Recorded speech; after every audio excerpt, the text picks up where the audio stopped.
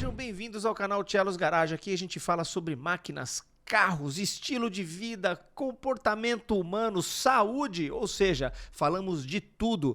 E antes de mais nada, faça aquelas 3 coisinhas básicas para fortalecer o nosso canal. Curta, comenta e compartilha. Lembrando que este episódio tem o apoio de quem entende de estilo e autenticidade. Pablo Bernard, calçados em couro prêmio para quem gosta de pisar firme dentro e fora da garagem. Acesse o site pablobernard.com.br e o Instagram @pablobernardoficial. Claro, não deixe de usar o nosso cupom de desconto Tchelos Garage e garanta seus 10% de desconto. Agora aperte o cinto, ajuste o banco porque o Tchelos Garage está no ar. E hoje temos a honra de receber aqui no nosso podcast o Dr. Serafim Neto, nutricionista com mais de 23 anos de experiência na área de nutrição esportiva e performance humana. Ao longo de sua trajetória, ele se consolidou como uma grande referência quando o assunto é nutrição aplicada ao esporte, hipertrofia, fisiculturismo e alta performance, além da atuação clínica. Dr. Serafim também é professor, compartilhando conhecimento, formando novos profissionais na área, levando ciência prática para dentro das salas de aula. Com vocês, Doutor Serafim Neto.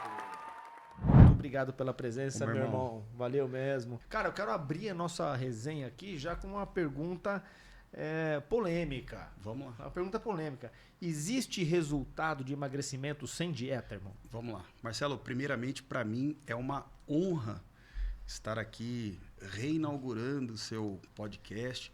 Nós que agradecemos. Ser o primeiro convidado aqui a fazer parte dessa mesa maravilhosa. O estúdio extremamente bem decorado. Estou quase pegando aquele violão ali e a gente vai ficar resenhando só tocando. Vamos lá. Cara, a dieta, ou plano... Eu prefiro chamar, Marcelo, assim, de plano alimentar, vamos dizer. Porque dieta, na sua concepção, é aquilo que a gente come ao longo do dia. Né? Isso é o conceito de dieta. Um plano um plano alimentar estruturado, orientado, calculado, ele é sim preponderante para você otimizar os resultados. Então, por exemplo, assim, Serafim, você consegue me falar se um indivíduo ele consegue aumentar a massa muscular sem fazer dieta, só treinando? Consegue. Uhum. Porém, se ele tiver uma orientação nutricional, ele vai ter mais êxito no objetivo. O contrário é verdadeiro. Se eu almejo emagrecer, eu consigo emagrecer. Quantas histórias a gente não ouve, Marcelo? A pessoa baixou lá 50 quilos e assim, sem orientação nenhuma, sozinha, entendeu? Fez lá a dieta por conta. Uhum. Consegue. Porém, é de suma importância que haja um acompanhamento para que a gente consiga fazer uma gestão de saúde. Uhum. Uma gestão otimizada para esse indivíduo ter o seu objetivo e, acima de tudo, que ele não prejudique a sua saúde. Por quê?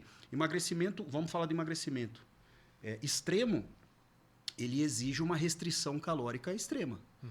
E uma restrição calórica extrema, na maioria das vezes, se essa pessoa não tem uma orientação, ela vai comprometer todo o seu veio vitamínico, minerálico, talvez até proteico, né? Então, ela emagrece, porém, sem uma qualidade de vida. Eu falo na maioria dos casos, vamos dizer assim, né? Numa maneira geral. Né? O que você quer dizer, então, é que não necessariamente uma pessoa magra, ela é saudável, né? Não. O que é saúde, né? Saúde significa você obter uma harmonia, vamos dizer, de todos os eixos de vida, vamos dizer assim, né? Porque você pode pegar um indivíduo dito saudável no exame, mas ele não é saudável emocionalmente, por exemplo. Uhum. Ele vive num ambiente estressado, estressor, né? Às vezes ele tem lá um chefe que, de certa forma, ele leva aquele problema para casa e isso vai gerando problema de saúde. Tá. Então, veja que a saúde em si é o equilíbrio geral do estado todo, do corpo, da mente. Então, veja que quanto maior esse indivíduo ele tem, né, essa orientação falando de nutrição, ele vai conseguir equilibrar mais os seus eixos fisiológicos e, consequentemente, isso vai gerar mais qualidade de vida para ele.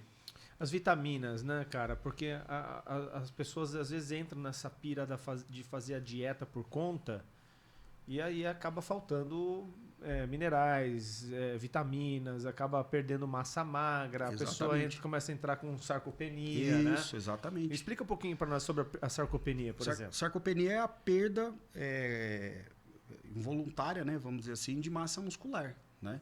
Então, é involuntário porque, Marcelo, você não tem ali um controle, um estímulo de eixos que promovem o controle dessa massa muscular. Porque o que controla a massa muscular? O balanço de aminoácidos, né? Então, esse indivíduo ele precisa receber uma gama aminoacídica, que isso provenientemente vai vir da alimentação.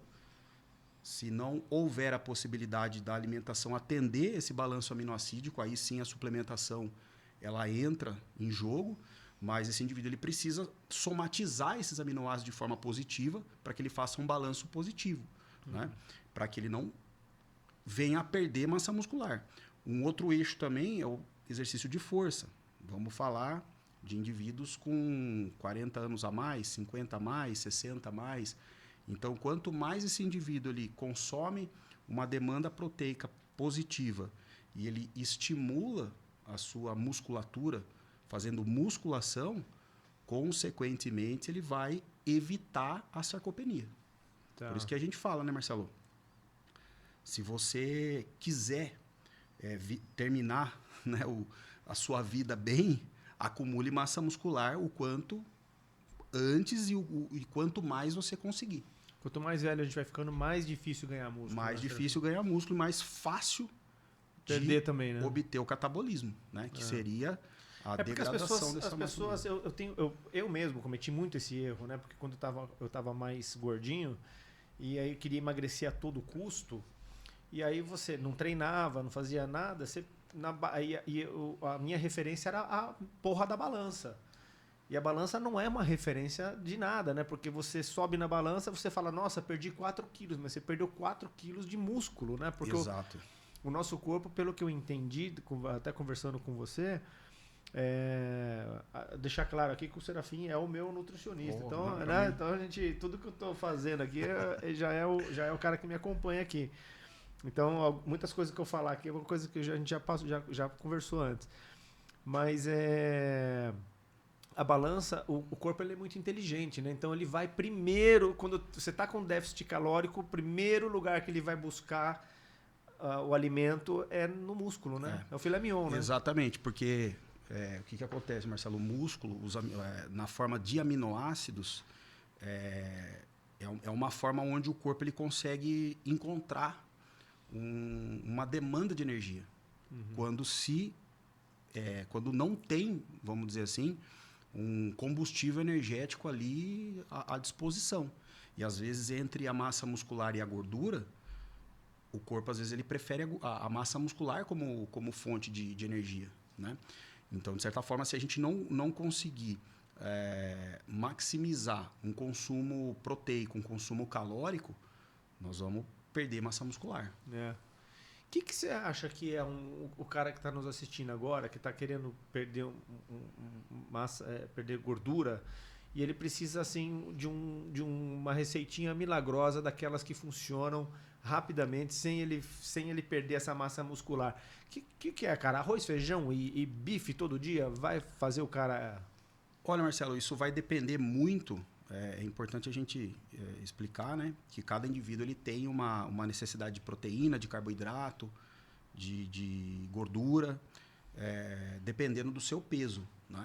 Então, um indivíduo de 80 quilos, por exemplo, se ele consome pelo menos de 150 a 160 gramas de proteína por dia, que isso em alimento, traduzindo, vai dar em torno de 4 a 6 ovos ao dia, de 300 a 400 gramas de alimento fonte de proteína como o frango, a carne, de 300 a 400 ml de leite, ele consegue atingir essa quantidade de proteína. Como eu disse, às vezes é impossível, não que seja impossível, mas é difícil por conta de uma rotina, de trabalho, o indivíduo abrir uma marmita ali no meio do escritório e mandar ali 150 gramas de frango, né? Então, uma dose de whey protein, por exemplo, ela pode perfazer aquela quantidade proteica necessária para aquele momento e isso facilita a vida da pessoa, né? Mas vamos dizer assim que em torno de meio quilo de carne, né? 200, 300 ml de leite e de 3 a 4 ovos, ele consegue chegar ali numa boa quantidade de proteína para ele conservar a sua massa muscular. Não tenha dúvida, Marcelo. E vai emagrecer mesmo tendo um superávit de calorias? Porque quantas calorias vai dar lá? 4, 5 ovos, mais 300 gramas de carne, mais aquilo. Tem que treinar, né? Isso. Tem que associar isso essa quantidade de alimentos que eu citei, Marcelo, assim, não excede a quantidade de calorias que suprirá a demanda energética basal dessa pessoa. Você pode ter certeza disso, você entendeu? Então, se ele consegue fazer uma alimentação onde ele consiga integrar esses alimentos proteicos, e aí o que há de ser controlado? A ingestão de carboidrato e a ingestão de gordura, para que onde esses nutrientes, no caso, esses macronutrientes, eles exerçam um papel modulatório, um papel funcional, tomando cuidado para que eles não promovam um papel desfuncional. Em que momento que isso pode ocorrer? Quando há um excesso de calorias comparado com o que essa pessoa precisa. Tá. Então, se ele consumiu essa quantidade de alimentos que eu citei, fontes de proteína, ele vai comer ali em torno de 1.000 a 1.200 calorias provenientes de alimentos fontes de proteína, ok? Tá. E dentro desse rol de alimentos fontes de proteína também está vindo um pouco de gordura, como você citou, dos ovos completos e aquela coisa toda. Há de se regular a quantidade de carboidrato que ele vai consumir. Então, se ele consegue colocar ali uma porção de arroz, uma porção de batata, uma porção de mandioca, que seja, próximo a momentos de atividade física, ele vai conseguir ter um êxito para treinar, para recuperar. Porque só a proteína não vai suprir o cara, porque vai deixar o cara... É isso que eu queria entender. A proteína, ela não vai fazer o cara necessariamente crescer o músculo, é para manter o músculo. Exatamente. Para crescer precisa do carboidrato. Porque a ideia, o que acontece, Marcelo? A gente está falando de um indivíduo que ele almeja emagrecer. Então, dentro dessa proposta, o desequilíbrio calórico, a balança calórica, ela tem que tender para o lado negativo. Tá. Né? Porque se ele faz um superávit, mesmo comendo alimentos fontes de proteína, vai vir gordura junto, né? E isso pode dificultar o processo de emagrecimento, né? Então, se a gente consegue consolidar um programa nutricional onde ele consiga consumir esses alimentos que eu citei, que com certeza não excederão ali a demanda energética dele, e regular a quantidade de carboidrato e gordura adicional, com certeza ele emagrece.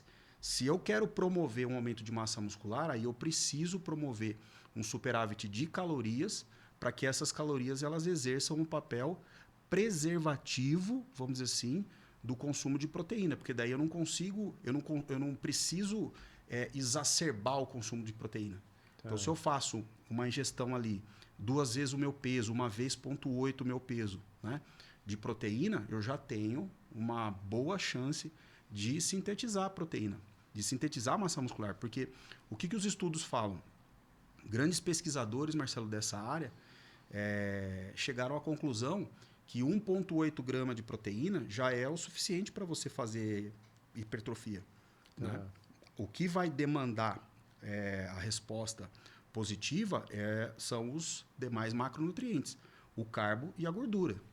Uma coisa que eu falo, o carboidrato, Marcelo, é um macronutriente que, dentre as suas funções ali, uma delas é poupar proteína.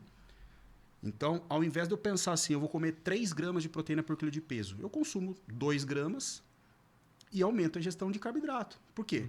O excedente de calorias proveniente da proteína pode entrar no ciclo energético ali e o fígado fazer uma coisa chamada gliconeogênese, que é o quê? Transformar o aminoácido inteirão ali em glicose. Então é mais fácil você comer um alimento que já oferece a glicose. É mais inteligente, vamos dizer assim. Entendi. Você entendeu? É claro que em momentos pontuais, para que você tenha uma resposta fisiológica, hormonal, adequada para o processo. Entendi. Né? Então, assim, o carboidrato não é um vilão. Jamais. O carboidrato ele é um macronutriente importante, assim como a proteína, assim como a gordura. Porém, a proteína ela ganha um destaque, Marcelo, porque se a gente se perder na mata, por exemplo, como é que você acha? Agora eu vou inverter aqui, Alex. Vou fazer uma pergunta para o Marcelo. Marcelo, se você se perder no meio do mato, num ambiente hostil, com dificuldade de alimento, o que você vai procurar primeiro? Proteína, carboidrato ou gordura? Para você sobreviver. O problema, esse é o problema que a gente já discutiu aqui em outros podcasts, o problema é que nós, humanos, não somos aqui desse planeta, você sabe disso, né? Eu tenho uma tese que nós somos ETs. Nós somos extraterrestres, portanto a gente não tem garras para caçar, a gente sequer pode beber uma água do rio lá perdido na floresta. Então a probabilidade de eu morrer vai ser muito grande. Então, você já viu aquele programa Largados e Pelados? Largados e Pelados. Vamos lá. Proteína, os caras vão para trás de proteína. Por quê? Porque o corpo não é capaz de produzir proteína. O corpo ele sintetiza gordura por si só e sintetiza carboidrato. Agora, pergunto para você, da onde que vem esse carboidrato e essa gordura que o corpo sintetiza? Do próprio músculo.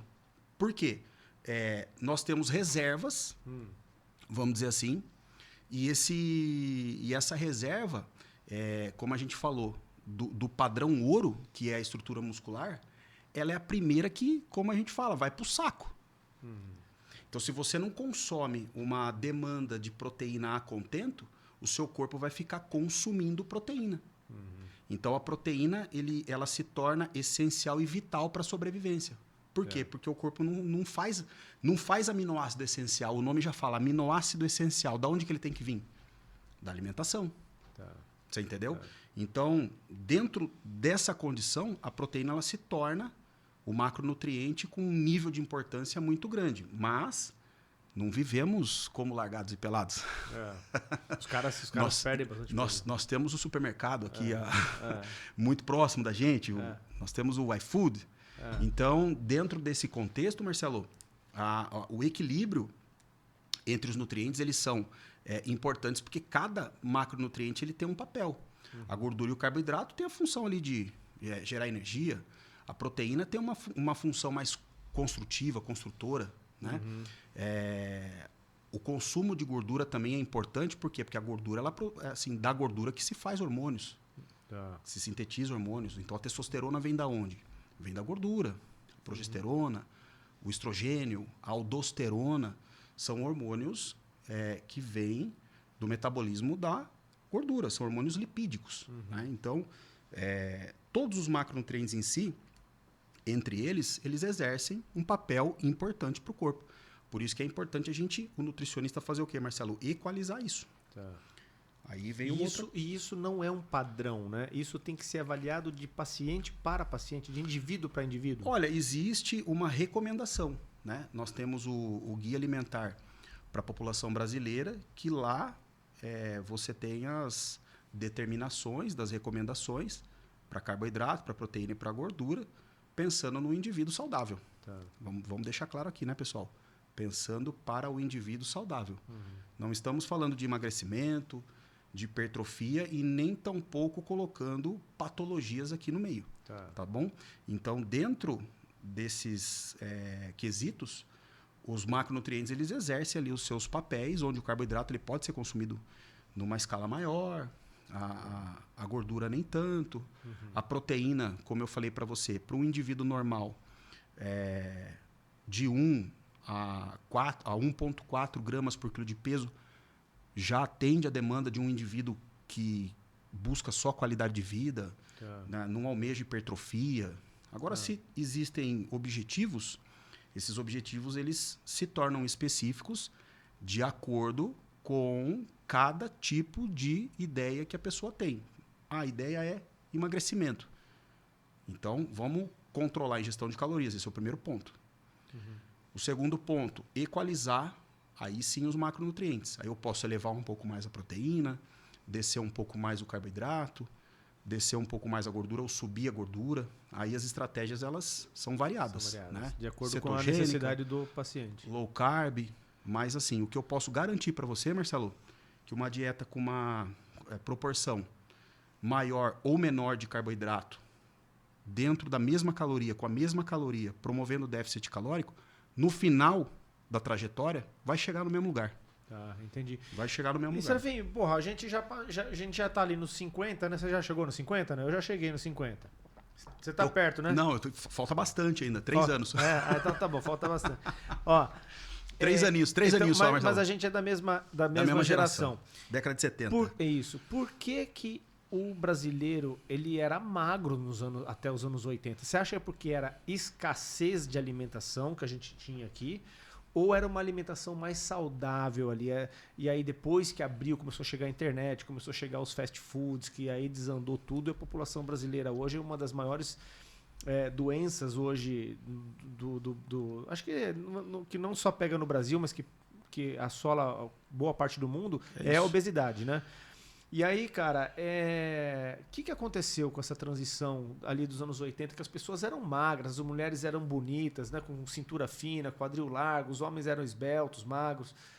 O que era? Porque naquela época a gente comia basicamente arroz, feijão, bife, arroz, feijão, frango, arroz, feijão, carne moída, arroz, feijão. Todo o arroz, feijão era o prato do dia a dia, no almoço e no jantar, e tinha uma mistura, né? Até hoje a gente chama, né? Uma mistura. Exatamente. Né? E tinha lá a mistura. E era isso que a gente comia. E funcionava muito bem para grande parte da população, né, cara? E aí depois começou a chegar os fast foods e acabou meio que desandando o negócio, né? Importante, Marcelo, não só no Brasil. Nós vivemos uma pandemia, né? A pandemia, no seu conceito, é o mundo todo. Uhum. O mundo todo é obeso hoje. E a que se atribuir isso, né? Então, veja que hoje a industrialização alimentar, Marcelo, ela é latente. E essa industrialização, ela busca prender o consumidor no paladar, né? A gente que é vamos falar assim, mais antigo, né? Quando placa preta, né? Assim, na nossa época, né, Marcelo? Nós somos década de 70, né? Mas não tinha aquela pegar o noivo pelo estômago? Não era isso aí? Que é o quê? Comida gostosa, comida palatável. Então veja que hoje o acesso a esse tipo de alimento, a esse tipo de produto, tem coisa que não dá nem para chamar de alimento, né? Porque o que é o alimento, Marcelo? Olha que pergunta legal essa. O alimento é uma substância que tem a função de nutrir. Esse é o conceito de alimento. Então veja que o que está sendo vendido e oferecido para as nossas crianças, para as pessoas de maneira geral, não entram nesse conceito, né? Por quê? Porque só é gostoso. Só é gostoso. E enche a barriga ali na hora. E você sabe que existem estudos que estão pautados na palatabilidade. Porque misturou sal, açúcar e gordura, é a combinação perfeita para o seu cérebro querer aquilo de uma forma constante, voraz. Eu sempre cito o exemplo. A condição de você pegar um bis, um exemplo, né? Dentre vários produtos que a gente tem por aí, e você comer um só? Não dá. Não dá. A maior prova disso foi eu ontem que eu cometi um grande deslize. Eu comi uma meia caixa de bis ontem. Fala outro alimento aí. Cara, biscoito de polvilho, por exemplo. Biscoito, aquela bolinha branca de menino. Cara, você come aquilo, você come o conteúdo inteiro. Mesmo não estando com fome. Por quê? Porque aquilo ali, Marcelo, ela ativa, é uma combinação perfeita para fazer conexões serotoninérgicas, dopaminérgicas. E isso gera um prazer imediato, quase droga, né? Vamos usar um termo feio, né? Um regaço de prazer. Então, assim, você não consegue comer um só. E aquilo não foi desenvolvido para você comer um. E é sabor chocolate Sabor chocolate. Por que sabor chocolate? Porque o conceito de chocolate assim... É o cacau. É o cacau, é 70%. O chocolate não vai leite. O chocolate não vai aquela série de ingredientes que estão ali naqueles produtos dito como chocolate. Por quê? Porque a palatabilidade de um chocolate em si, ela não é tão agradável comparado com um chocolate rico em açúcar. Ele é extrema em gordura, hidrogenada. Então, veja que o nosso sistema sensorial, a língua, ela é cheia de papilas gustativas que estão conectadas diretamente com o nosso cérebro, onde você identifica amargo, doce, azedo, né? Ácido, alcalino. Então, a gente consegue ter essa percepção. E essa combinação que a indústria fez, Marcelo, biscoito, por exemplo. Tem biscoito que você não come um só. Não dá, entendeu? É melhor não comprar. Melhor não comprar. A dica que eu dou é assim, compre se você está apto para comer aquilo, né? Compre, consume, tchau. Acabou. Por que eu falo aptos? Uma vez na semana, você abrir um pacotinho de Oreo e comer um pacotinho de Oreo inteiro, Marcelo, vai te detonar? Veja, se você faz 40 refeições na semana, você tem 40 refeições na semana, 10% dessas refeições, 4 refeições, você acha que isso vai impactar em alguma coisa na sua vida? Não. Não vai causar nenhum tipo de transtorno no seu programa de emagrecimento, na tua saúde de maneira geral. Mas dá uma retençãozinha. Se a gente que está mais magro, sim, você percebe no dia seguinte um estufamento. Então, não dá? Assim, há de depender o que você comeu, como é que foi aquilo, porque isso não vai atrapalhar a sua rotina, entendeu? Uhum. Então veja que o pessoal fala, né? Tem um termo que vem do fisiculturismo, né? Que é o dia do lixo, aquela coisa toda. Isso. Então, às vezes, aquilo é utilizado até para você quebrar platô, né? Mas, para seres humanos normais, que fazem ali, sei lá, 7 sessões de treino, 5 sessões de treino por semana, enfim, conseguem cumprir ali com as 150 minutos de atividade física por semana. O alimento também, eu dei o conceito de alimento aqui, né, Marcelo? O alimento é a substância que tem a função de nutrir.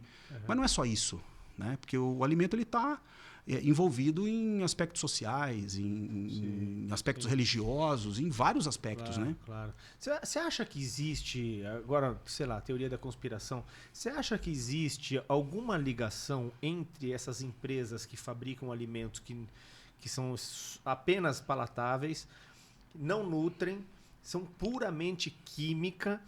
Você acha que existe alguma ligação entre as empresas que fabricam esse tipo de produto com a indústria farmacêutica? Olha, Marcelo, não há de se duvidar, cara. Porque, assim... Um fabrica para te ferrar, o outro fabrica para te curar. Hoje eu não duvido de mais nada na minha vida. Nada me surpreende, eu sempre falo isso. Nada me surpreende, Marcelo. Vamos colocar aqui numa concepção assim, não, mas num primeiro momento, quando surgiram essas indústrias, mas com o passar dos anos e o impacto que isso está causando na população, há de se desconfiar.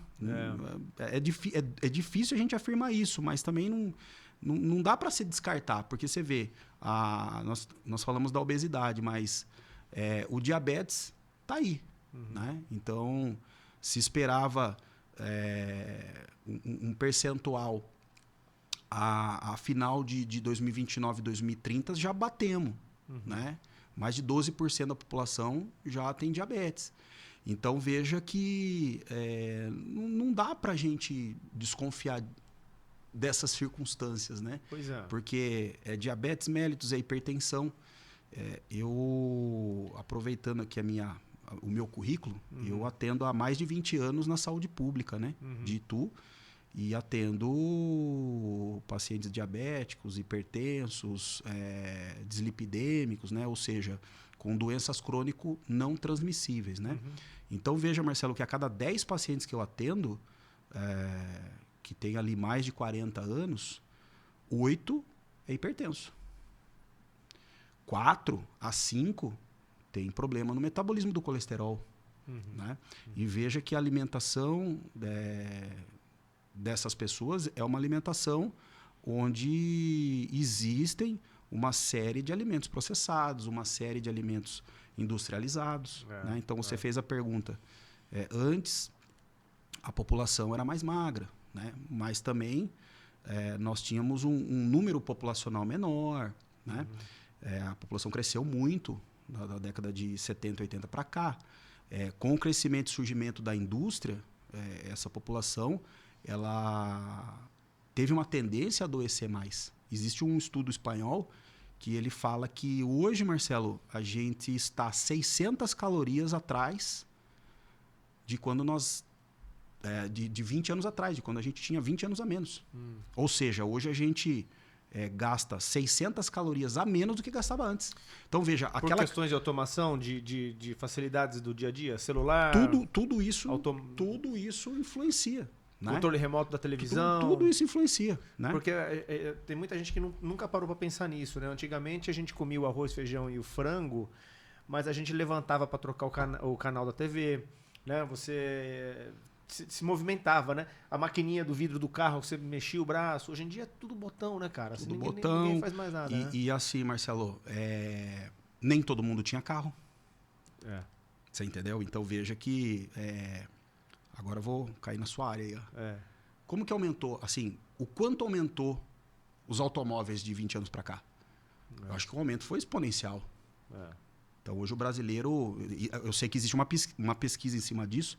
Eu não sei se o brasileiro tem aí, sei lá, não sei quanto que dá, mas eu já vi alguma coisa por alto. Não sei se são esses os números, mas na casa de 1 a 2 carros aí por habitante. Né? Entendeu? Não sei... Enfim, da classe média mais, alta, sim. Né, fazendo uma média geral, né? Então veja que todas essas circunstâncias, logicamente, né, não para a população toda, né? Claro. Mas para uma classe média, sim. Mas você vê que de certa forma isso contribui, né? Hoje se anda menos. E por que a classe baixa, você que está na rede pública, e eu tenho notado muito isso, por que a classe mais pobre, eles estão mais gordos e menos saudável do que a classe média e a classe alta? Que pergunta maravilhosa. Primeiro, pelo conhecimento. Pela questão cultural. Né? Então, por exemplo, se eu perguntar para a Dona Maria o que é carboidrato, ela não faz ideia que seja. Para lá e mete um pastelzão para dentro. Não, então ela não sabe. Se eu perguntar, Dona Maria, o que é carboidrato? Ela não vai saber me responder. Hoje, um jovem, né, Marcelo, com a internet, aquela coisa, ele chega falando de viés bioquímico comigo na consulta. Você entendeu? Viés fisiológico. Então, você vê que essa orientação, ela impacta diretamente a população também. Então, veja que o acesso também a alimentos, por exemplo, você vai comprar um quisuco a 90 centavos. Você vai comprar um refrigerante lá, casquinha, a 1,50. Então, esse acesso a alimentos ultraprocessados, que são mais custo-benefício... É mais barato comer uma coxinha do que comer um salgadinho de pacote genérico. Ele custa bem menos do que... uma refeição aí, né? Não, e compare até com os mais famosos aí, da Elma Chips e tudo mais.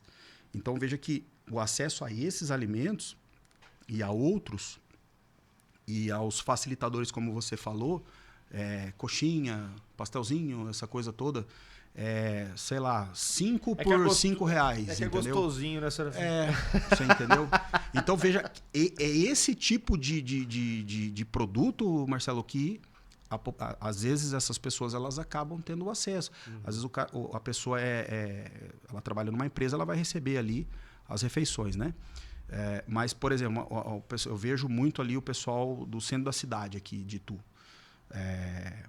Um comerciante ali, uma pessoa que trabalha no comércio. Às vezes ela vai ali num trailerzinho de lanche ali, né? A R$10, R$15, R$20, não sei em si quanto custa isso, mas creio que seja por aí. Ela faz uma refeição dessa natureza. É um puta sanduba. Porque às vezes eu passo ali no largo da rua da Floriano Peixoto ali, esqueci o nome, Bom Jesus, e eu sempre vejo ali, tem um trailerzinho de lanche ali, e o pessoal ali, entendeu? Fazendo uma refeição ali. E fora os restaurantes que tem ao longo ali da Floriano Peixoto. Então você vê que a pessoa de São Paulo, seja lá do estado ou da cidade que ela está, ela tem esses acessos, né, a coisas muito rápidas, porque hoje é velocidade. É tudo muito rápido, né, Marcelo? Muito. Comer rápido, tudo, né? Tudo. O cara come e volta pro trampo, né? Entendeu? No trabalho, na mesa. Serafim, a mudança do hábito, cara, quando uma pessoa chega lá no seu consultório com uma vontade de emagrecer, você percebe que a pessoa tá... Às vezes nem só é vontade, às vezes é questão médica mesmo, né? De urgência, da pessoa perder peso por questões de pressão, colesterol e tudo mais e tal. Às vezes os médicos colocam medo no cara, falam, você vai morrer desse jeito. Aí a pessoa chega lá desesperada. Como é que faz, cara? Você sugere para que a pessoa também faça um trabalho psicológico?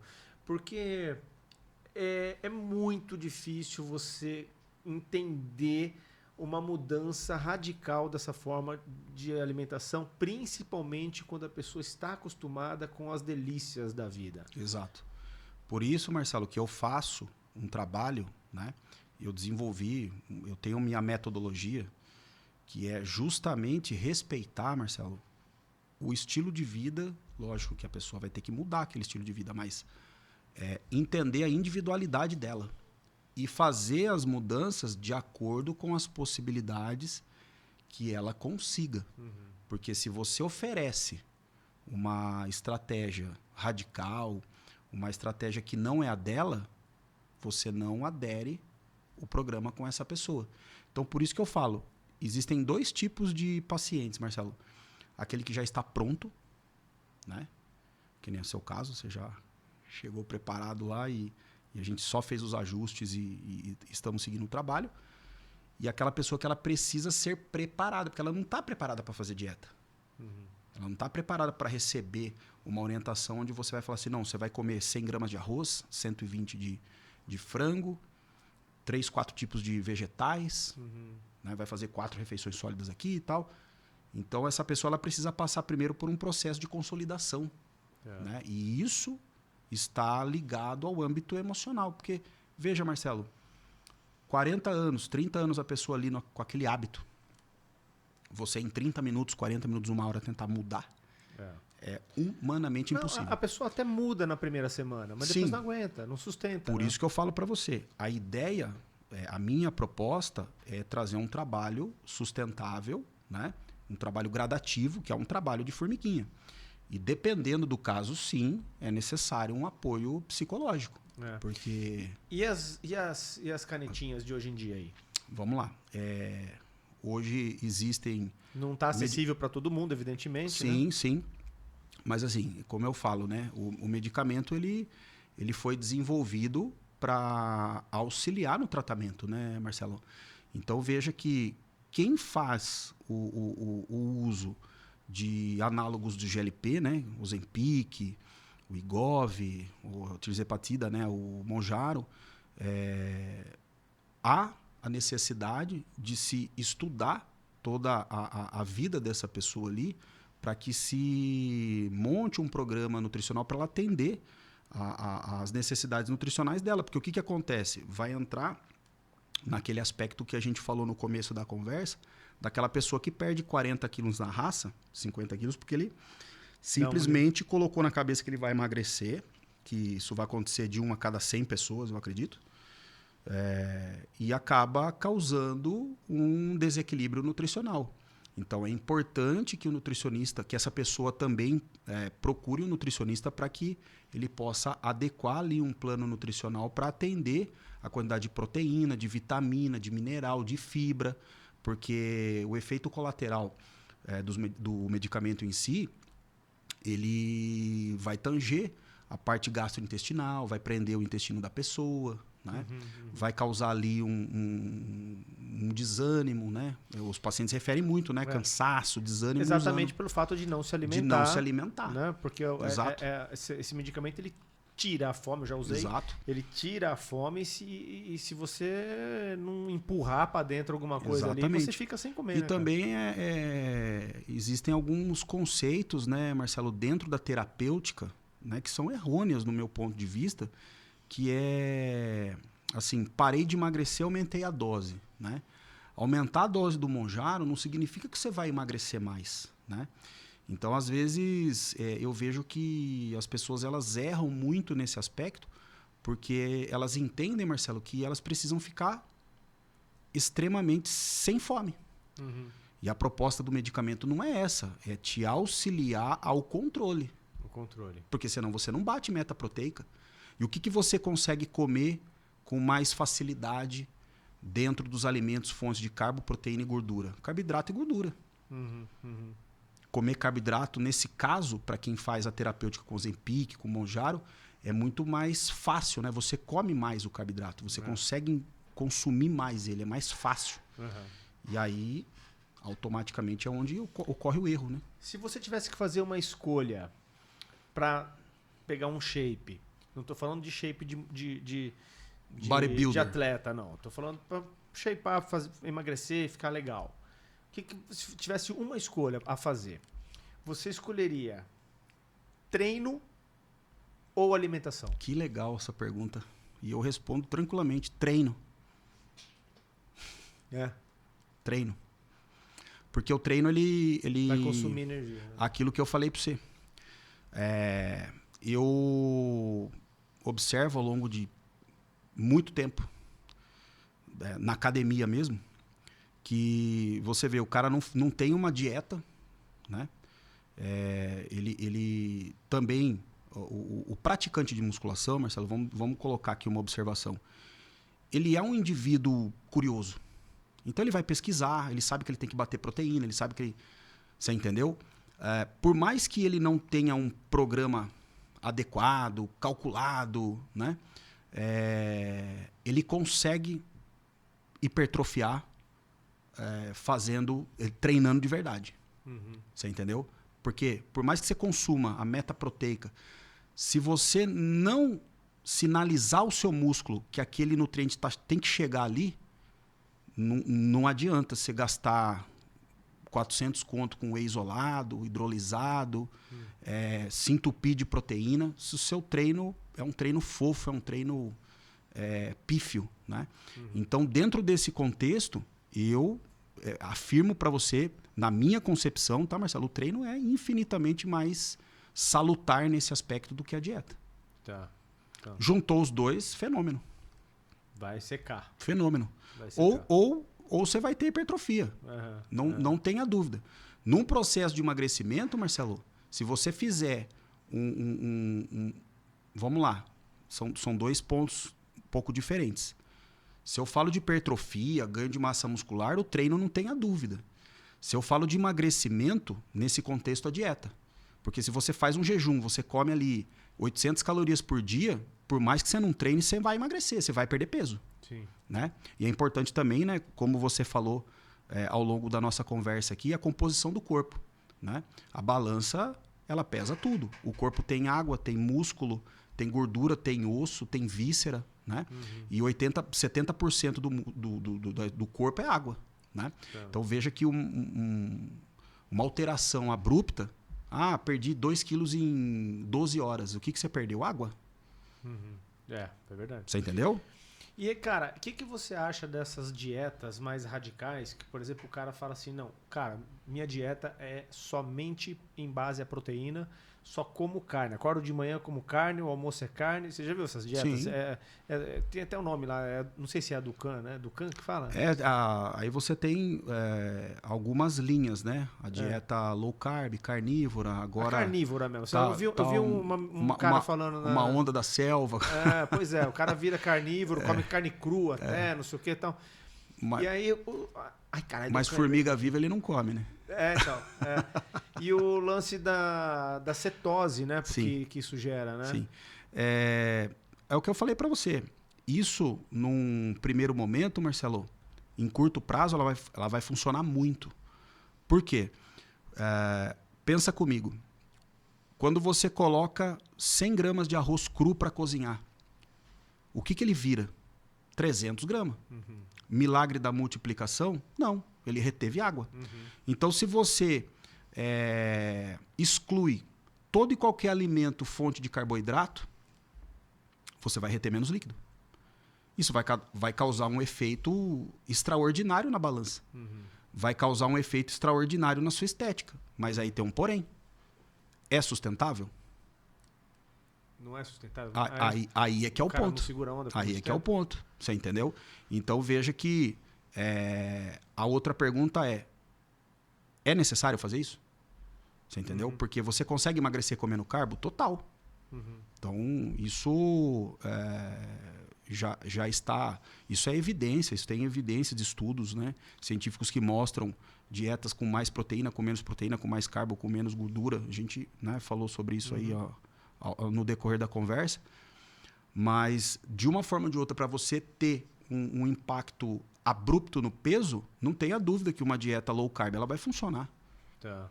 Mas, como eu falei para você, no final da trajetória do emagrecimento, se você precisa de 3 anos para um emagrecimento total, tanto vai fazer se você vai fazer uma dieta low carb, high carb, você entendeu? Tá. O que importa é você manter a constância no processo, e para você manter a constância no processo, você tem que estar confortável. Um exemplo que eu dou é você colocar um par de sapato com um número a menos e correr 10 km. Entendeu? Nos primeiros metros você já vai começar a sentir. Por quê? Porque aquilo não está confortável. Tá. Então, um programa nutricional onde você tem a exclusão de alimentos os quais fazem sentido para você, você pode ter certeza que na segunda semana você vai mandar aquilo a merda. Tá. Entendeu? Entendi. Então, esse que é o lance. E, Serafim, E a gente vê muito isso, né? vai pra caralho. E, cara, como não parecer chato ou não ficar chato quando a gente resolve fazer uma mudança radical na vida da gente?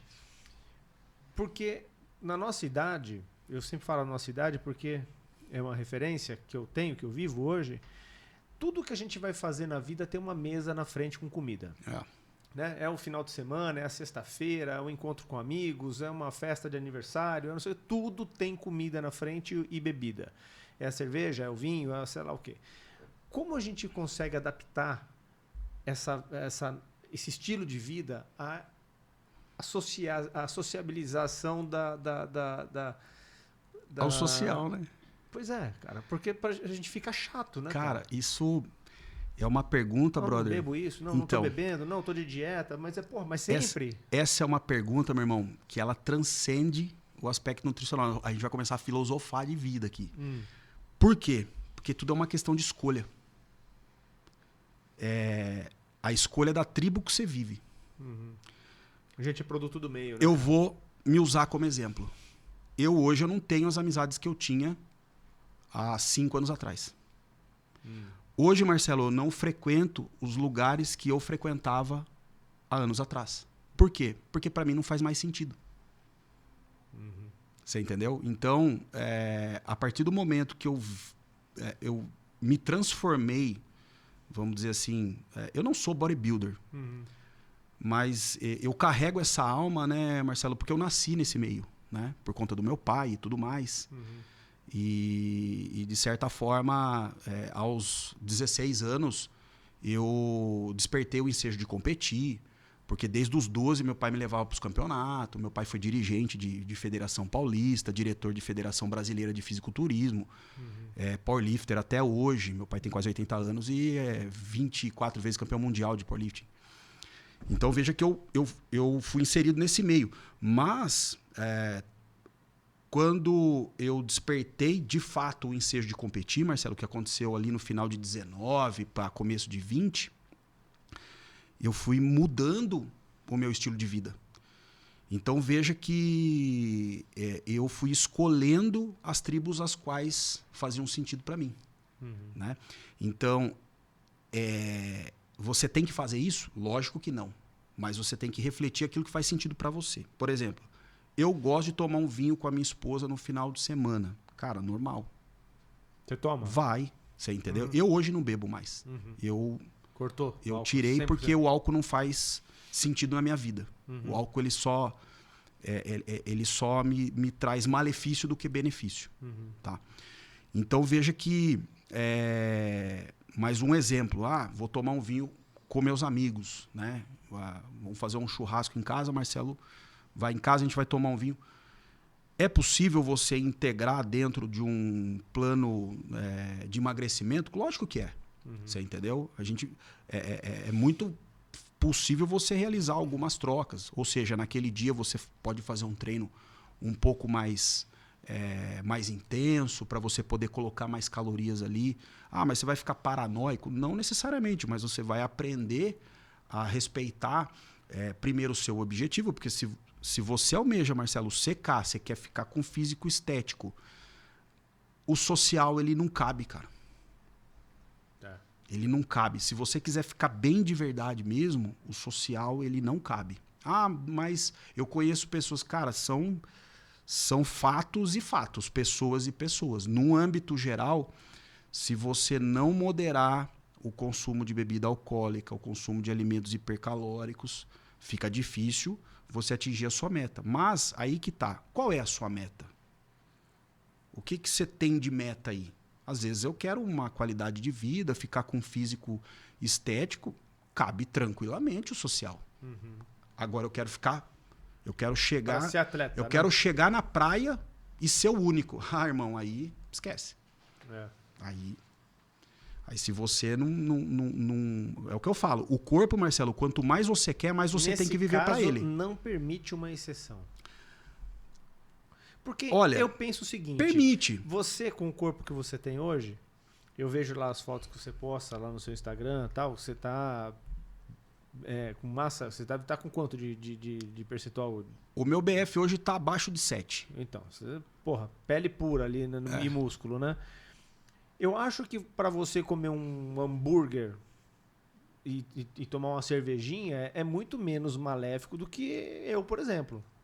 Nesse contexto, sim. Vai fazer muito menos efeito colateral para você do que para mim. Mas aí que eu falo, Marcelo, a questão do alimento em si não tem problema. Ele tem que até estar presente. Por quê? Porque ele quebra o platô. Você comer a pizza, você comer o hambúrguer. O que eu chamo a atenção é com a bebida alcoólica.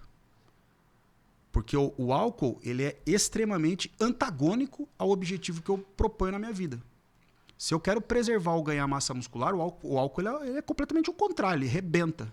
Dizem até que o álcool, você entendeu? Se um dia de treino, quando você ingere o álcool, ele é como se você nem tivesse treinado, né? Assim, essas métricas, elas são muito relativas, vamos dizer assim. Mas...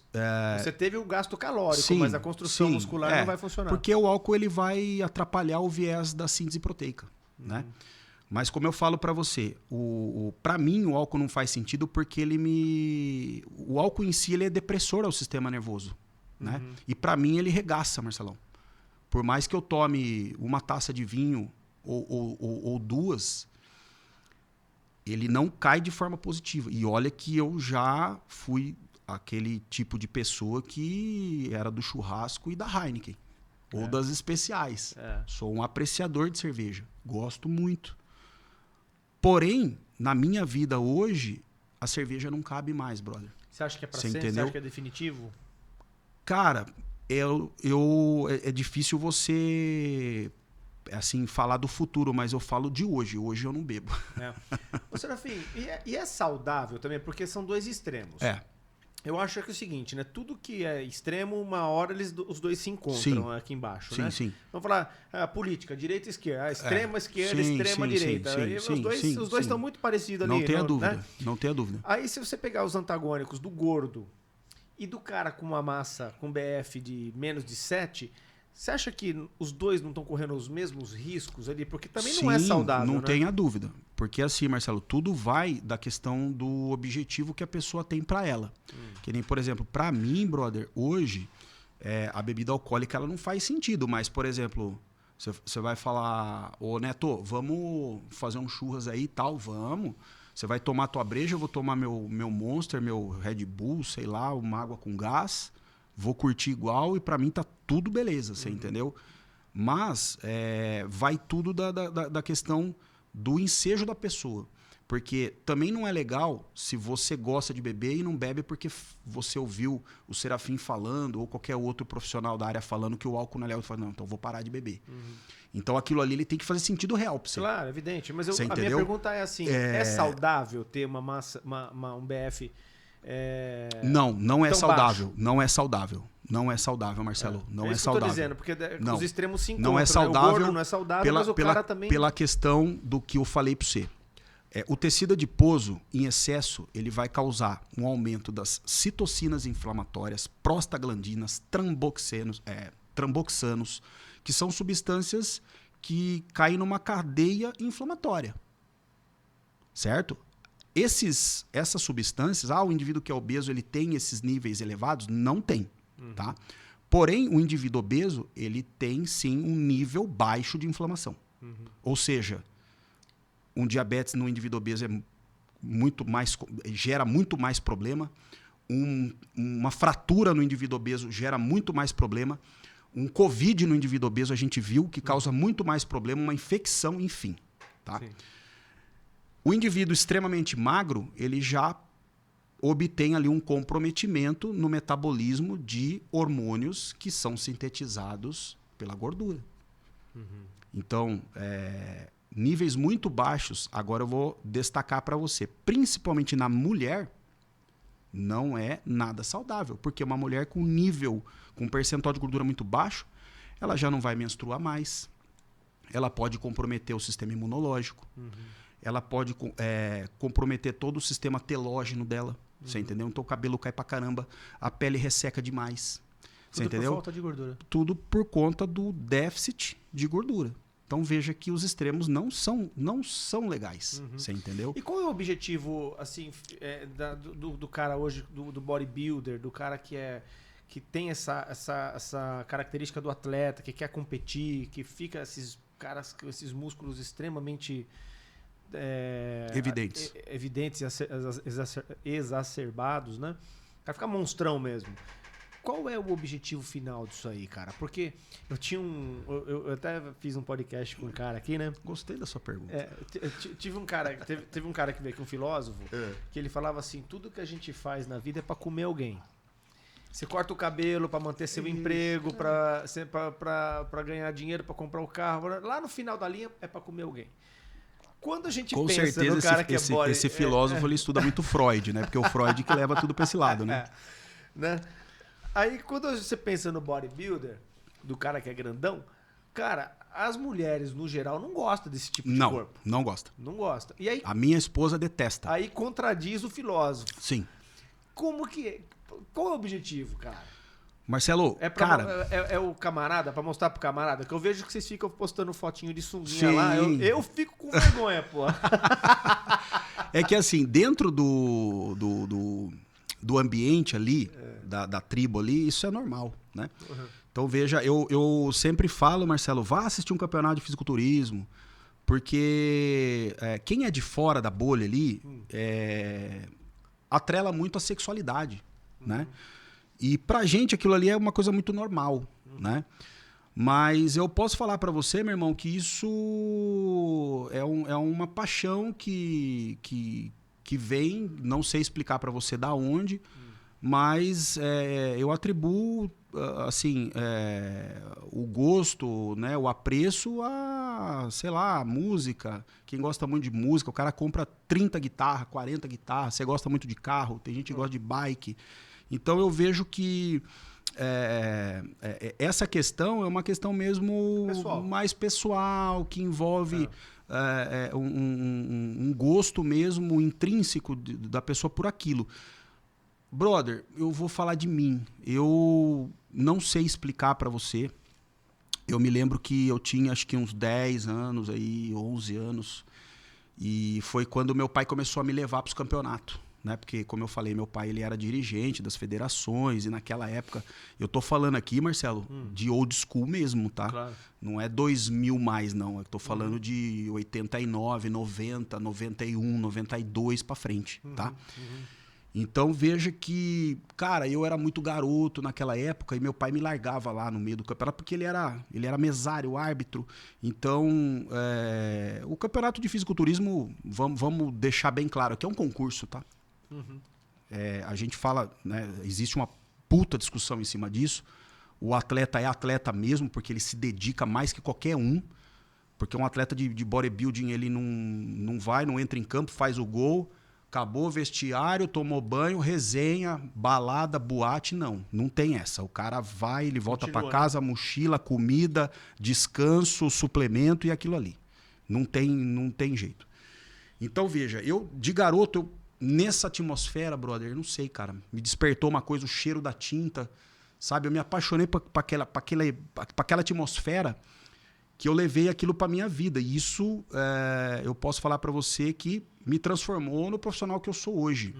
Porque eu fui estudar nutrição porque eu já tinha os cursos, como eu tava falando, a gente estava conversando aqui no bastidor, eu já tinha curso de técnico de musculação pela Federação Paulista, pela Confederação Brasileira de Fisiculturismo, isso idos de 95, 96. Então, o CREF, o Conselho, o CREF, o CONFEF, né, Conselho Federal de Educação Física, ele estava surgindo naquela época. E até então não tinha uma auditoria, não tinha, sabe, uma coisa assim, falar, pô, eu preciso fazer educação física para eu dar aula de musculação, porque naquela época podia. Você entendeu? Aí o CREF foi regulamentando isso tudo, só que nessa época eu já estava ali, pô, vou estudar educação física? Não, eu já tenho curso de musculação, eu vou fazer nutrição, que a nutrição é uma ciência fundamental para o atleta, e por isso que eu resolvi estudar nutrição, e dentro da faculdade de nutrição, eu me apaixonei, me encantei também por outras áreas. Nutrição clínica hospitalar é uma área que, por incrível que pareça, eu amo. Você entendeu, Marcelo? A nutrição clínica em si, a nutrição em saúde pública, como eu falei para você, eu sou coordenador do setor de nutrição aqui da cidade, né, de Itu. Trabalho na rede pública há 22 anos. Então, é uma área que eu me apaixonei também, paralelo a isso. E você vê, e um atleta de fisiculturismo, ele é muito altruísta, né? Ele é muito egocêntrico. Então, naquele momento, né, que eu gostaria de competir, que foi lá para 96, 97, logo eu já entrei à faculdade, comecei a estudar, compromissos e tudo mais. Aí depois você casa, tem filhos. Enfim, a minha vida, ela tomou uma tangência ali que, num determinado momento, eu falei, cara, acho que eu vou agora me preparar. Eu busquei ali, ficou guardado, sabe quando fica guardado ali no fundo? E passou puta tempo e a minha esposa, eu comentei com ela, ela falou, não, eu te apoio e tudo mais. E devo muito a ela, te amo, viu? Um beijo, mozão. Ela tá vendo, faz o corte aí. Então, brother, cara, ela me apoiou no processo, porque se você não tem, só que ela se arrependeu depois, né? Brincadeira. Mas, veja, se você não tem um apoio, um backstage ali, uma família, brother, você não faz, cara. Não faz. É você difícil, entendeu? É difícil. Então, isso daí veio e eu ali vim mudando a minha vida. Porque, como eu falei para você, tem o advento do fisiculturismo, o pré e o pós, né? Antes, eu treinava musculação, tal, eu desencanei desse negócio de bodybuilding e tal, e eu fiquei ali quase 10 anos praticando corrida de rua, né? Teve uma época muito volumosa na minha vida, que eu dava aula na faculdade aqui, tinha a prefeitura, né? Que eu tinha um cargo na gestão lá na época, consultório, então para você administrar tudo aquilo. E teve um momento que eu fiquei obeso, Marcelo. Não. Fiquei, cara. Fiquei gordo, né? Eu não gosto de usar esse termo, mas eu fiquei sobrepeso. Não conseguia treinar, comendo mal pra caramba. Então, teve também um momento na minha vida que eu falei, não, preciso mudar esse negócio, né, até cara? porque você é vitrine do Sou seu vitrine, trabalho, né? É o personal gordo, exato, né? O personal gordo exato. Não dá, né? Aí eu comecei a treinar, correr pra cacete, sabe? Corrida de rua. Aí eu reduzi o peso, sequei pra caramba. E logo um tempo depois a minha vida tomou algumas mudanças aí e eu voltei a me dedicar ao fisiculturismo. E por que eu tô falando isso pra você, Marcelo? Porque eu também bebia. Eu também era de fazer uma resenha aqui, por exemplo, com você, a gente começar meio-dia e acabar 8 horas da noite. Eu já fui desses. E não critico, cara, tá tudo bem, cada um escolhe a sua vida. E eu falo pra você, você me fez uma pergunta muito pertinente. Cara, você precisa ficar fora da bolha, né? Se a sua bolha social, o cara chato e tal, cara, você pode se integrar, não tem problema nenhum, mas assim, o conselho que eu dou, cara, se você bebe um fardo de breja ali ao longo de um período, cara, tenta beber menos, velho. Aumenta a ingestão de água, sabe? E as pessoas não aceitam. As pessoas que não estão na mesma tocada que você, elas não aceitam. Imagina você chegar numa resenha, num churrasco, e você levar uma marmitinha. Mas é a tribo. Abrir. Os caras vão te zoar. Mas, brother, mas é a tribo.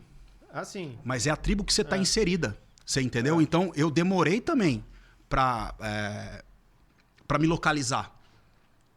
Você entendeu? Assim, meus amigos sempre me respeitaram e tudo mais. Mas, assim, fica... não vou falar pra você que fica chato pro ambiente, mas, assim, quem bebe parece que se incomoda com a pessoa que não bebe. Mas você não vai beber? não sei o quê. É que Toma uma. É que entendeu? as pessoas tendem a querer que você seja como elas. Exato, tenta te trazer. Tenta trazer você pra baixo. Você entendeu? É esse que é o ponto. Não, isso faz parte da vida. Por isso que eu falo pra você, meu irmão. A gente tem que entender qual que é o propósito que você tem de vida e você adequar ali a tribo que você tá. Você entendeu? Eu demorei pra isso. Né? Você sabe que eu, dentro de um cunho religioso, na quaresma, por exemplo, assim, eu ficava sem beber e tudo mais. E chegava à conclusão, Marcelo, que puta, sempre... Né, eu fiz a quaresma durante quase 10 anos da minha vida consecutivo. E eu chegava no final assim, porra, acho que eu vou parar de beber, cara. Mas aí o aspecto social, ele te traz.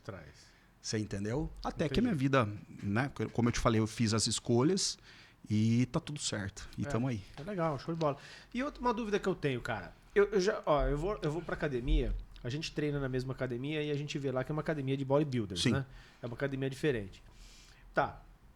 Eu já percebi alguns caras que eu chego lá na academia 10 horas da manhã, o cara já tá lá. Eu saio, às vezes...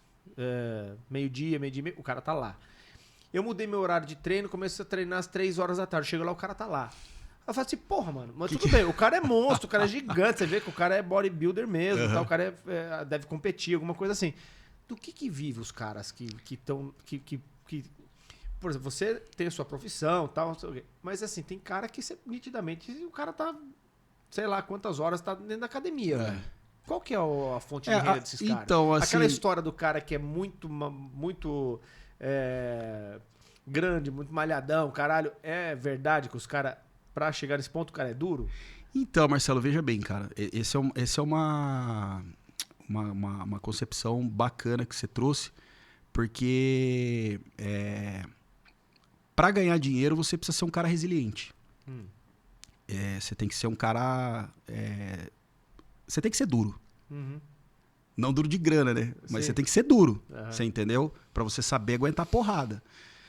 E o fisiculturista, ele traz muito isso com ele. Né? Essa resiliência, essa aptidão de saber lidar com as adversidades. Porque passar fome, brother, é uma coisa assim que... E pra você fazer uma preparação, você passa fome. Para você chegar num nível de condicionamento, né? Isso eu tô falando do fisiculturista em si, né? O competidor, que você vai subir no palco e tudo mais. Você vai passar por um processo doloroso.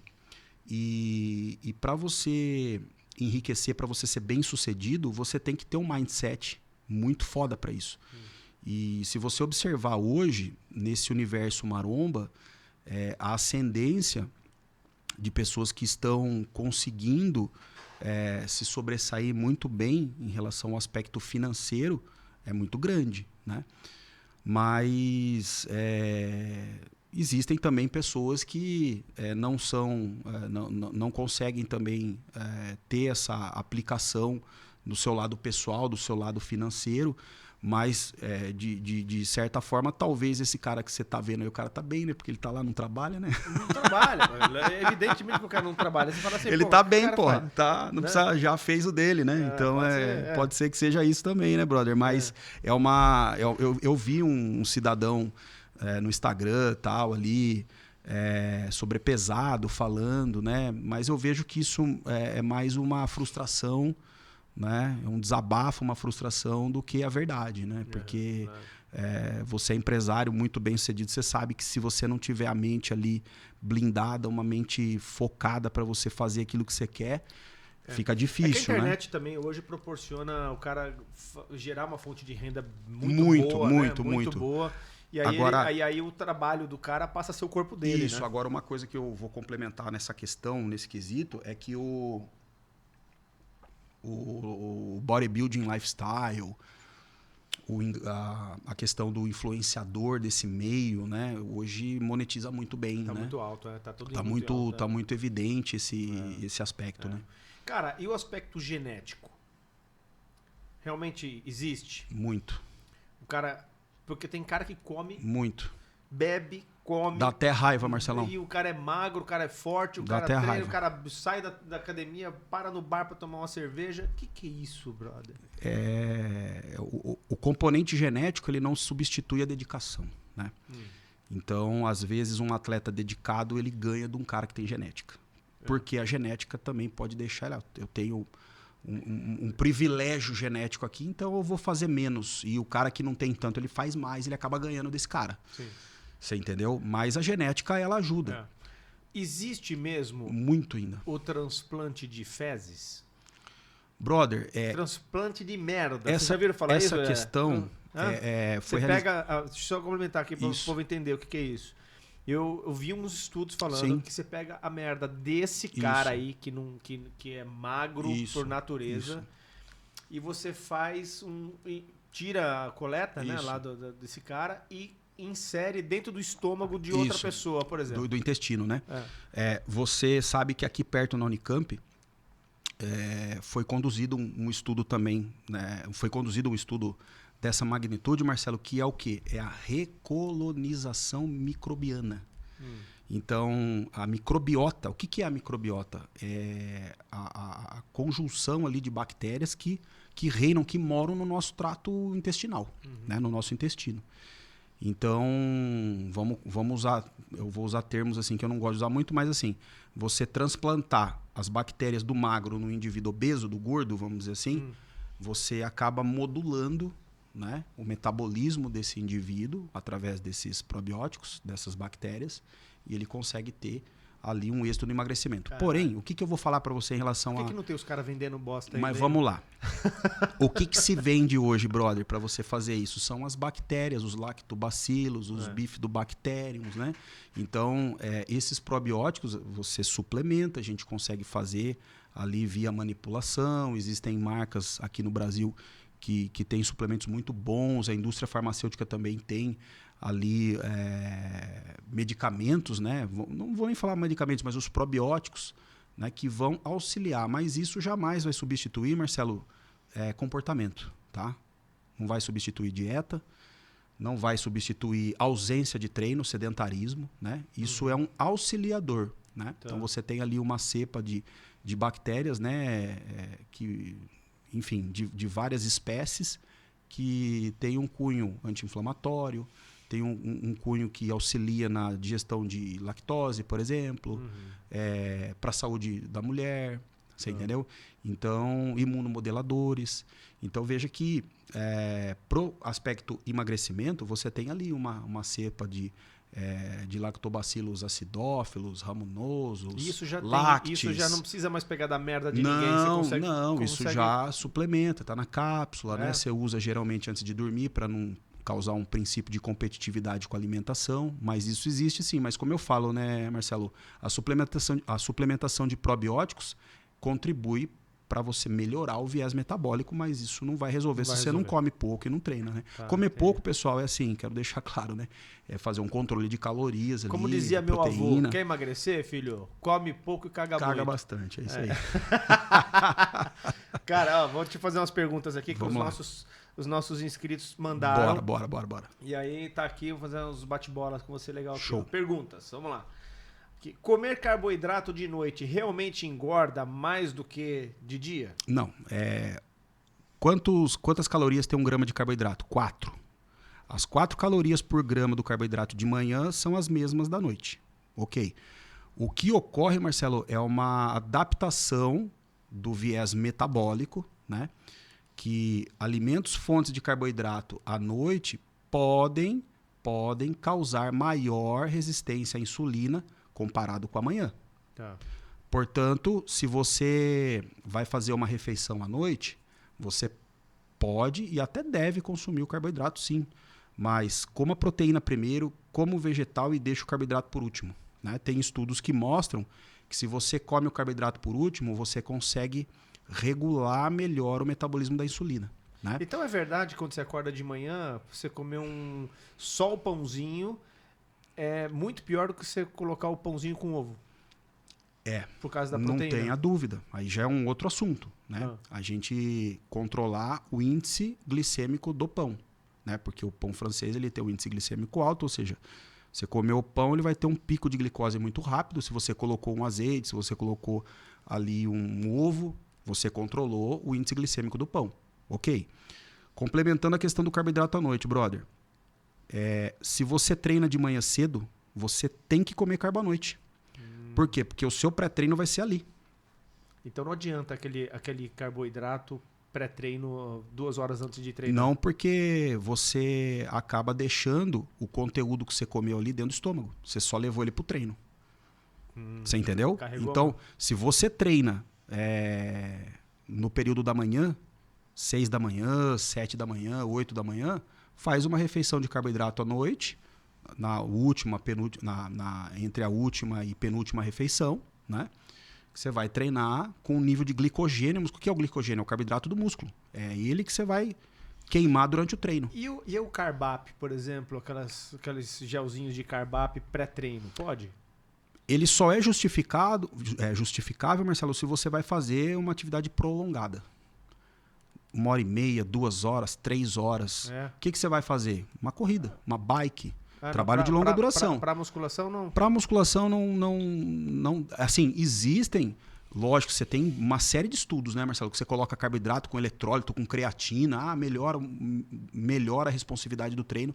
Mas, assim, o que vai de fato melhorar é a sua dieta anterior. Isso é fato. Se você treina de manhã. Se você treina à noite, você faz... Quantas horas é o ideal comer o carboidrato? Pelo menos umas 4. Pelo menos umas 4 horas. Né? 6 horas para você poder ter ali já um acúmulo de glicogênio. Se você treina à noite, você vai fazer 3 a 4 refeições até o horário do treino, assim, com alimentos fonte de carbo. Você vai treinar bem. Caramba, meu. E eu tô fazendo um déficit de carboidrato gigantesco, cara. Então, será que é por isso que eu tô fraco? Pode ser, mas não foi isso que a gente combinou, né? Tá vendo, gente? Ó, aí, viu? Próxima pergunta. Vocês viram como eu pego? É desse jeito. Pois é. Quais são os maiores erros de quem começa a fazer dieta por conta própria? Desnutrição. O que seria a desnutrição aí? O desequilíbrio nutricional. É você não demandar a quantidade de zinco, de cobre, de magnésio, de fibra, de proteína, de calorias, de gordura de forma adequada. Tá. É isso aí. Então procure um nutricionista. É importante ter uma orientação, né? Vamos lá, próxima. É possível ter ganho de massa satisfatório sem suplementação com whey protein? Bom, óbvio. Pra que vai tomar whey protein se você não consegue comer o alimento fonte de proteína? É só isso. Né? Entenda que o whey protein é muito clássico, Marcelo.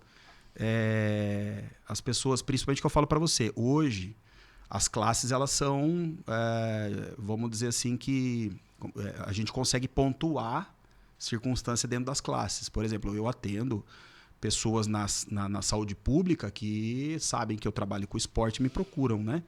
E uma boa parte dessas pessoas, elas atrelam a funcionalidade, atrelam a hipertrofia com whey. Que não tem nada a ver, né? Entendeu? Eu vou tomar whey e eu vou ganhar massa muscular. Não, o whey protein, como eu sempre falo, Marcelo, o whey protein, ele é um alimento. Ele é um alimento fonte de proteína, entendeu? Então, nós estamos aqui conversando. Se eu pegar minha coqueteleira aqui e conversar com você e eu preciso bater minha proteína aqui agora, nesse momento, eu conversando com você, eu tomo meu whey aqui, acabou. Você entendeu? Agora mais fácil, Marcelo, pessoal... É mais fácil do que comer Exato, com licença, meio quilo de frango, vou né? pegar minha marmita aqui, abro aquele cheiro, né? Não. Então, o whey protein ele é facilitador, ele é higiênico. Você entendeu? Você não precisa lavar a marmita depois. Lógico, tem que tomar cuidado com a coqueteleira, né? Mas de uma forma onde você joga lá fora, acabou. Agora, a facilidade do consumo, né, de proteína, esse é um ponto. O outro ponto, para se justificar uma suplementação de proteína, é quando você tem uma ingestão muito alta. Né? O indivíduo pesa 100 quilos, 110 quilos ali, precisa comer 300 gramas de proteína, isso dá um boi por dia. Então ele usa o whey e ele facilita. Gostou dessa, né? Pois é. Creatina realmente faz diferença no desempenho do exercício físico? Faz. Creatina é um suplemento hoje... que é o suplemento que tem mais evidências hoje, né? A creatina foi descoberta lá no século XIX por um francês, Jacques Villeneuve. Minha pronúncia é horrível, mas ele identificou essa molécula que de lá para cá ela vem sendo estudada. Que está presente na carne, né? Presente na carne, no porco, no peixe. Para você né? comer 5 gramas de creatina numa carne, você teria que comer um boi, né? 5 quilos de creatina, porque vamos colocar, cada quilo de carne vai dar 1 grama mais ou menos de creatina. Né? Então, assim, você vê. E olha que interessante, Marcelo, a creatina pro vegetariano, pro vegano, responde melhor. Né? Muito, assim, ela é mais aproveitável a suplementação do que o onívoro. E porque ele não come carne. E ela é retirada. O processo de fabricação da creatina é retirado da Sim, carne? E toda a tecnologia, a base de giz, a base de carvão, né? A creatina ela tem essa tecnologia, né? Ah, tá. E ela é extraída, né? Se pudéssemos mudar apenas um hábito amanhã para melhorar a saúde, qual seria o mais impactante? Atividade física ou a dieta? Você já respondeu. Aí eu vou só complementar. Nós estamos falando de uma pessoa normal, né, Marcelo? Uhum. Então a dieta, nesse caso, seria mais interessante primeiro, tá? Eu ressaltei a questão do treino quando você almeja simples e pura hipertrofia. Tá. Você entendeu? Ganhar. Emagrecimento, qualidade de vida, a pessoa é sedentária. O que ela vai passar a fazer exercício? Qual que é o nível de importância? Dieta. Até porque para fazer exercício, a pessoa tem que dar uma perdidinha de peso para se sentir melhor. Não né? tenha dúvida, brother. Para não fazer não lesão, tenha dúvida, né? não Porque tenha dúvida. o cara vai pesado, Sim, acaba com se certeza. lesionando. Né? Não tenha dúvida. Tirar a lactose e o glúten realmente faz alguma diferença para quem não apresenta intolerância? Nada, absolutamente nada. O que é a lactose, gente? É o que eu sempre estava ensinando minha filha de 14 anos, que ela está tendo a disciplina de química agora lá, de biologia. A lactose é um disacarídeo. Imagina uma pérola e outra pérola. O que é a lactose? É uma pérola de glicose ligada a uma galactose. Nós temos uma enzima chamada lactase no longo do trato gastrointestinal que vai separar essas moléculas. Por quê? Porque a lactose não entra no trato gastrointestinal. A gente não tem receptor de lactose. Você entendeu? Nós temos receptores de galactose, de glicose e de frutose. Você entendeu? Que são os monossacarídeos. Então a lactose é um açúcar. Ah, mas eu tenho intolerância. De duas, uma. Ou você exclui os alimentos oriundos do leite, ou você usa lactase. Tá. O que é o glúten? É uma proteína. Se eu tenho intolerância, se eu tenho aí alergia, porque o que é alergia, Marcelo? A alergia não é uma debilidade na digestão, a lactose é uma debilidade na digestão. O glúten é uma proteína que o sistema imunológico não reconhece ela. Aí ele vai causar uma desordem inflamatória no corpo. Tá. Ah, eu sou saudável? Eu tenho alergia ao glúten? Eu tenho intolerância? Não. Se eu deixar de comer, eu vou ter algum impacto? Não. Tá. Zero. Mas, por exemplo, agora trazer para a minha realidade, por exemplo. Saiu para mim, uns tempos atrás, saiu uma psoríase, né, no meu joelho. E aí essa psoríase eu tentei tratar de tudo quanto é jeito, tal, não sei o que. O médico falou para mim assim, cara, experimenta tirar o glúten e a lactose da sua dieta. E eu tirei. Tirei glúten e lactose. Difícil, hein? Difícil. Tirar o glúten 100%. Mas eu tirei. Por uns 3 meses, mais ou menos. Cara, eu nunca fui ao banheiro para fazer um cocô tão perfeito. O cocô perfeito que eu falo é aquele que nem suja, sabe? É perfeito. É o que precisa para a escala de Bristol. Cara... É a escala número 3 da escala melhorou de Bristol. muito minhas fezes. Eu ia no banheiro. Melhorou muito, a psoríase acabou. Perfeito. Tal. Isso significa que eu sou intolerante? Porque, em tese, eu não tenho intolerância ao porra do glúten. Perfeito. Veja bem, gente. Qualquer intolerância ou qualquer alergia alimentar, Marcelo, ela é atrelada a outras coisas. Então, por exemplo, assim, se a pessoa ela tem algum problema com glúten, ela vai apresentar problemas no trato gastrointestinal, vai ter uma diarreia, vai ter uma obstipação crônica. Associado a isso, ela vai ter uma dermatite, ela vai ter um problema respiratório. Aí sim você atrela. No teu caso, há de se avaliar, né? Pode ser que sim. Você entendeu? Aí eu tirei a lactose, tirei o glúten e melhorei. Porque, como eu falo, Marcelo, não é regra. Nós somos seres individuais, nós temos uma individualidade biológica. Nós precisamos entender o corpo. É o que eu sempre falo. Mas eu tenho uma intolerância à lactose. Eu vou usar leite enzimado. Eu falo, amigo, é o seguinte, se você puder, o teu corpo já está falando para você que tem um sinalzinho aí que não está muito legal. Eu promovo uma exclusão.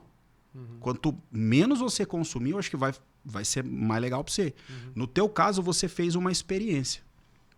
Funcionou, o que você faz? Você limita o consumo de laticínio e limita o consumo de glúten. Hoje tudo que eu puder comprar sem glúten, agora, sem glúten, tudo que eu puder comprar você sem notou lactose, que você teve sinais, que você me falou? Você teve 2 sinais. As suas fezes melhoraram, trato gastrointestinal e a psoríase sumiu. Então, é provável que você detenha aí algum problema dessa natureza. Agora, é regra? É para todo mundo? É geral? Então vamos cravar aqui, se a gente tirar a lactose e o glúten de todo mundo, vai melhorar a psoríase de todo mundo? Não necessariamente. Como eu falo para você, eu estou na saúde pública, Marcelo, há 22 anos. Então, só por baixo, é uma média de 1.500 a 2.000 pacientes que eu vejo por ano. E você não acha que eu já não fiz e não faço esse tipo de análise, de exclusão? Tem pacientes que respondem, tem pacientes que não respondem. Você sabe aonde que eu vejo muito essa questão, Marcelo? Com bebê, com criança. Então, a criança, quando ela já apresenta sinais de alergia, de intolerância, eu já converso com a mãe para nem entrar com fórmulas especiais hidrolisadas. Tal. Falar, vamos tentar mudar a prioridade alimentar. Vamos tentar soja, se não der soja, a gente tenta outra fonte alimentar, entendeu? E na maioria das vezes dá certo. Por quê? Porque agora tem até whey, né, sem lactose. Sim, não tenha dúvida. Mas você entendeu? Então você precisa apresentar sinais, né, para promover uma exclusão e investigar isso, né? Padronizar, falar, não, galera, o glúten é inflamatório, a lactose isso, né? É inflamatória. Cara, a inflamação é uma coisa muito generalizada, né? Tem muitas coisas por trás, né? Para descontrair um pouco o nosso papo até, eu acho que vocês, nutricionistas, médicos, deveriam fazer um congresso, se unirem, principalmente quem está nas redes sociais, e chegar num acordo, velho. É isso. Porque você acorda de manhã, abre seu Instagram, tem um cara falando, não coma ovo. Aí você passa pro próximo, coma ovo. Posso aí falar você passa pra você? Pro próximo cara, olha, Coca-Cola vai te matar, Coca-Cola zero te mata. Aí daqui a pouco, não, pra te matar você tem que tomar 500 litros. Posso falar pra você um negócio? Você tem que chegar num acordo, papai. Esse cara aqui, ó, tem um aplicativo aqui dentro que se chama Instagram. YouTube. TikTok. Quanto mais views, mais eu monetizo. Então, veja, cara, quanto mais eu chamo atenção em algum assunto, provavelmente... O cara não pode falar uma merda, né? Pô? Brother, mas assim, o que acontece? Em função do dinheiro, principalmente tratando de saúde. Mas existem muitos storytellings, muitos recursos que você sabe que são utilizados. Pessoal, eu entendo que isso faz parte, tá? Mas isso confunde você que tá aí. Eu, enquanto nutricionista, Marcelo, eu não posso simplesmente assim... ignorar as sociedades. Se eu tenho as sociedades em si, elas podem estar erradas, elas podem rever conceitos, né? Mas veja que eu preciso me basear em alguma coisa.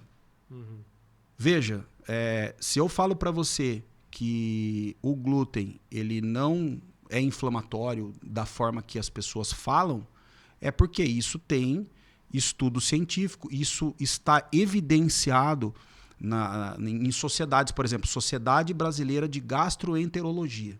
Então, se você entrar lá e você puxar um consenso, né, você vai observar que essa afirmação ela é fato. Um outro ponto é o colesterol, né, que é extremamente discutível, né? Então, veja que nós temos Sociedade Brasileira do Coração, Sociedade Americana. Então, em nenhuma dessas sociedades tá lá escrito que você tem que se entupir de comer gordura saturada, brother. E não só de carne ou de gordura saturada vive o homem. Você tem ali a natureza para equilibrar isso daí, você entendeu? Tá. Porém, o que nós falamos? A questão da indústria, da industrialização. Então, se você desindustrializar a sua alimentação, você já está fazendo, fazendo um bom grado para a tua saúde, você entendeu? Próxima pergunta aqui, ó. Essa é interessante e até serve para mim. Comidas congeladas comidas congeladas como as marmitas, mesmo feito em casa, perdem algum nutriente? Sim, perde. Marcelo, veja que a partir do momento que você retirou uma fruta do pé, você já causou dano mecânico e você tem frutas que são termosensíveis, como a vitamina C, por exemplo. Então, perde sim, não tenha dúvida. Então, mas eu faço lá uma carne moída, boto no arroz, congelo, levo pro trampo, tô achando que tô comendo 100% dos nutrientes quando a comida foi recém-feita. Mas é importante a gente conceituar. Quem sofre mais são os micronutrientes. O que são micronutrientes? Vitaminas e minerais. Por que eles são micronutrientes? Porque a necessidade nutricional é menor que 1 grama. Tá. Beleza? Por que são macronutrientes? Carboidrato, proteína e gordura. Porque eles sofrem processo de digestão. O amido é reduzido a glicose. A proteína é reduzida a aminoácido. A gordura é reduzida a ácidos graxos. Né? Então veja que quem vai sofrer são os micronutrientes, com o cozimento, com o transporte, congelamento, descongelamento. Né? Mas isso também não deve ser um fator que vai impedir você, não, porque perde nutriente, então eu vou deixar de comer. Tá. Entendeu? Tá. E o micro-ondas, hein, cara? O micro-ondas detona... Olha, o que a gente tem de evidência é que não. Não, né? Não. Porque se você ficar meia hora escutando o Lair Ribeiro Não. falando, você não anda nem de montanha-russa mais, é. Porque agora ele lançou um vídeo, agora não ande de montanha-russa. Porra, Pois cara. Você gosta do Lair Ribeiro? Olha, assim, ele tem... Eu vejo que é um médico muito respeitado, né? Ele tem ali os seus méritos, né? Mas existem algumas afirmações ali que ele faz que eu acredito que estão assim, muito mais baseadas nessa questão da polêmica, né, Marcelo? Isso, como eu falei, a polêmica gera view, né? É isso aí, eu também acho. Tem muita coisa que está um pouco exagerada. E por isso que alguns influenciadores, algumas pessoas, alguns profissionais falam algumas coisas para gerar polêmica. E polêmica é mais legal, né? Qual é o maior vilão para quem está em busca de um corpo bonito e saudável? O açúcar ou o álcool? Álcool. Mas não tenha dúvida. Não tenha dúvida. Qual o alimento mais superestimado hoje em dia? Superestimado, quer dizer que eu acho que é aquela coisa assim, que coma isso, que isso vai... Por exemplo, o ovo, é né? muito Todo mundo moda, fala né, Marcelão? É muito moda. Então você vê que antigamente, a cada período da vida se fala de alguma coisa. Teve a época do chá verde, a época do ora pro nobis. Eu não consigo ver assim um alimento que seja superestimado, porque eu não consigo enxergar dessa forma, os 5 melhores ou os 5 piores. Cada alimento em si exerce seu papel, seu momento, naquela hora, né? Então veja que no passado aí comer ovo matava o cara de colesterol. Porque o colesterol do ovo, Marcelo, você pega uma gema, tem em torno de 300 miligramas de colesterol, em qualquer...